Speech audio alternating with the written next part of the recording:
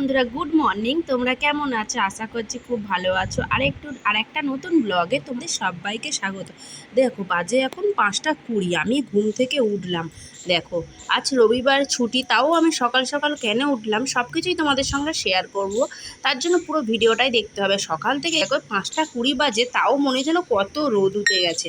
দেখো মানে আর কি গরম। চলো কাজবাজগুলো আমি সেরে নিই। দেখো কাজবাজ কিচ্ছু হয়নি, সবে জাস্ট উঠলাম।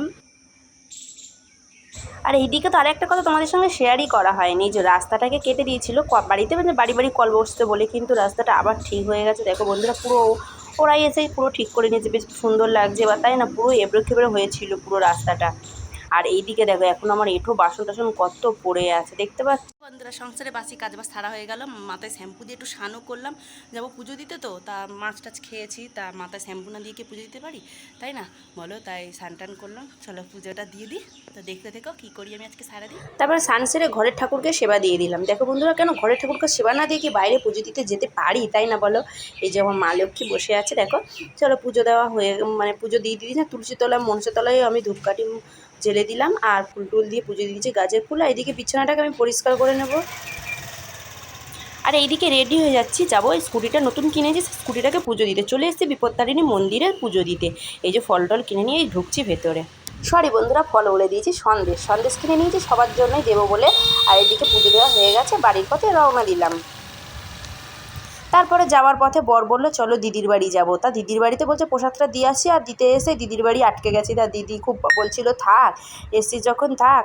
সকালে দিদির বাড়ি 8:30 বাজে, দিদিরা ঘুম থেকে উঠেছে আর আমরা চলে গেছি দিদির বাড়ি। এই যে ভাগনা সবে ঘুম থেকে উঠলো আর আমরা পৌঁছে গেছি দিদির বাড়িতে। তা দিদি বললো থাক, চলে এসে সকালে টিফিন খেয়ে দুপুরে খাওয়া দাওয়া করে রাত্রিবেলা যাবে। তাই আমি বরকে বললাম তা কী করবো, বললো চলো থেকে যাই আজকে।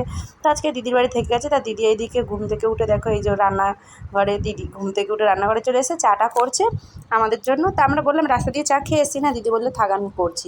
আর এইদিকে টিফিন খেতে বসে গেছি। দিদি এদিকে করে দিয়েছে বাটার টোস্ট, আর করে ডিম দিয়েছে, ডিম ভাজা, আর চিড়ের হালুয়া করেছে, চিড়ের পোলাও করেছে। বাড়িতে অল্প করেছিল, কেন পাউরুটিও অল্প ছিল, সেই জন্য আবার কে আনতে যাবে, তাই দিদি বললো এরকম করে নিয়ে। আর এইদিকে দেখো, এই যে দুটো করে সবাই বাটার টোস্টও খাওয়া হলো, আর ভাগনার জন্য ওইদিকে জ্যাম টোস্ট করে দিচ্ছে, আর আমরা বাটার দিয়ে খেয়েছি। আর চিড়ের পোলাও আমরা সবাই মিলে খেয়েছি। এদিকে দিদি ভাগনাকে বাজারে পাঠালো, বললো তুই গিয়ে যা মাংসটা নিয়ে আয়।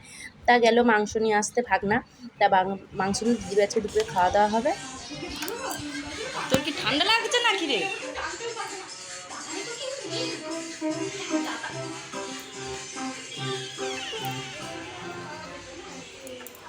আর এইদিকে দেখো, ননদের শাশুড়ি মা গান প্র্যাকটিস করছে, যে উনি ইয়োগা শেখে। ওই ইয়োগার ওখানে প্রোগ্রাম আছে, রবীন্দ্র জয়ন্তী যে প্রোগ্রামটা হয়নি ওনাদের, সেই প্রোগ্রামটা হবে মানে আজকে হবে। তাই জন্য মা একটু প্র্যাকটিস বাকি ছিল, সেই প্র্যাকটিসটা মা করতে ওদের ফোনে এসছে, তাই ফোনে কথা বলছে। আর এদিকে রান্না দিদির প্রায় মানে শেষের পথে। এই যে মাংসটা হচ্ছে আর মাটনটা হলে হয়ে। এদিকে দিদি জল ভরছে, আর এখানে দিদি রান্না করছে আর জল ভরছে। রান্না করতে করতেই কাজ হয়ে যাচ্ছে দিদি। আর চলো দেখি মা ওইদিকে কী করতে, দেখছি নাকি মা নাকি গান প্র্যাকটিস করছে। মার আজকে প্রোগ্রাম আছে, দেখি মা কী গান করছে। এই যে মা এখন গান প্র্যাকটিস করছে।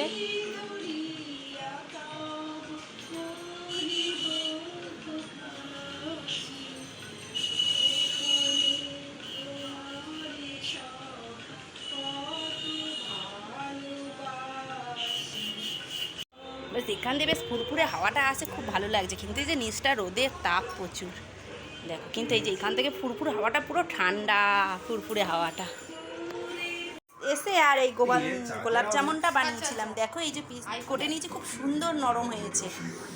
দেখো কেমন হয়েছে সায়ন, মা কেমন হয়েছে খেয়ে বলো।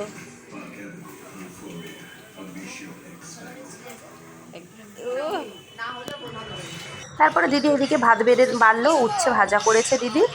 আর এই দেখো উচ্ছে ভাজা করেছে দিদি, করেছে মাংস আর পটল চিংড়ি করেছে। আর যেহেতু আমি খাসির মাংস খাই না, ওই জন্য বর সবার জন্য মানে খাসির মাংস করেছে, মাটন আমি খাই না। আর করেছে চিংড়ি দিয়ে, মাছের চিংড়ি দিয়ে টক করেছে। তারপরে ওই যে মিষ্টি বানিয়েছি ঘরে দিদি আর আমি। এদিকে পিকাচু খাচ্ছে, আর এদিকে আমরাও খেতে বসেছি দেখো। তারপরে খেতে বসে গেছে আইসক্রিম নিয়ে। দেখো এই যে আইসক্রিমটা 3টে নিয়ে এসেছিলো ওর ভাগনারা খাবে বলে, তা আমার ছেলেই 2টো খেয়ে নিয়েছে। তারপর আমরা ভাবছি যে আমরাও একটু টেস্ট করে খাই। দিদি বলছে দে আমাকে দে, আমিও খেয়েছি, আমার ছেলের ভাগে কম পড়ে গেছে। তারপরে আবার ওরা গেছে আইসক্রিম আনতে। আইসক্রিমগুলোকে সাজিয়ে নিই।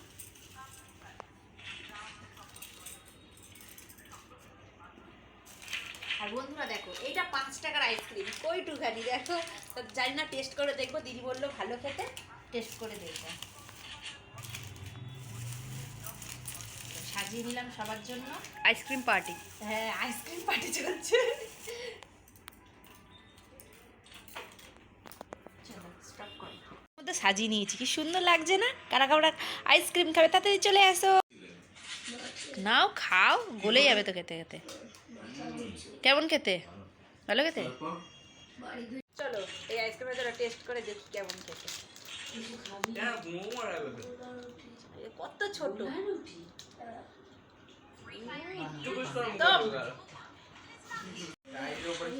একদম সেই লেভেলের খেতে। খাবে আসবে তো না? দিদি খেয়ে দেখো এই আইসক্রিমটা কেমন খেতে। ভালো ভালো, আইসক্রিম সব থেকে ভালো হয়। কুটুস খাবি না? কুটুস এবার রিভিউ দে কেমন লাগছে। ও গেমের ভেতরে ঢুকে গেছে। তারপরে খাওয়া দাওয়া সব সেরে একটু বসেই বেরিয়ে গেছে সেজে গুজে। দিদি বলছে চ ছাদে যাবো, তাই ছাদে চলে আসি। চলো দিদি দুটো কটা রিলস করতে যাবো, তা ছাদে চলে এসেছি। দেখো দিদির বাড়িতে গেলে আমরা প্রচুর মজা করি, তাও পুরো হাওয়া কি ভালো লাগছে ছাদে এসে। মানে এত সুন্দর হাওয়া বয় তো ছাদে, খুব ভালো লাগে।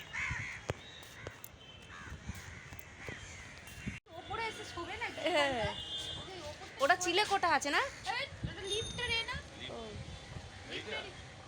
আর এদিকে দেখো বর, আমার বর দেখো লুঙ্গি পরেছে। যেহেতু দিদির বাড়িতে আমাদের কোনো প্ল্যান করে আসেনি, হঠাৎ করে চলে এসেছি, তাও স্নান করে উঠে লুঙ্গি পরে নিয়েছি। তারপরে সন্ধ্যেবেলা দেখো বাড়ি যাবো, রেডি হবো। আর তার দিদি এদিকে চা করেছে, এই যে চা বিস্কুট দিয়েছে, চিড়ে ভাজা দিয়েছে। আর আমার দাদাও এসছে, তা আমার দাদাকেও ডেকে নিয়েছি, তাই একসঙ্গে বেরিয়ে যাবো। তা আজকে দিদির বাড়ি প্রচুর মজা করলাম সকাল থেকে। হুট করে এসে এই যে বাড়ির পথে রওনা দিচ্ছি। চলো দিদি আসলাম।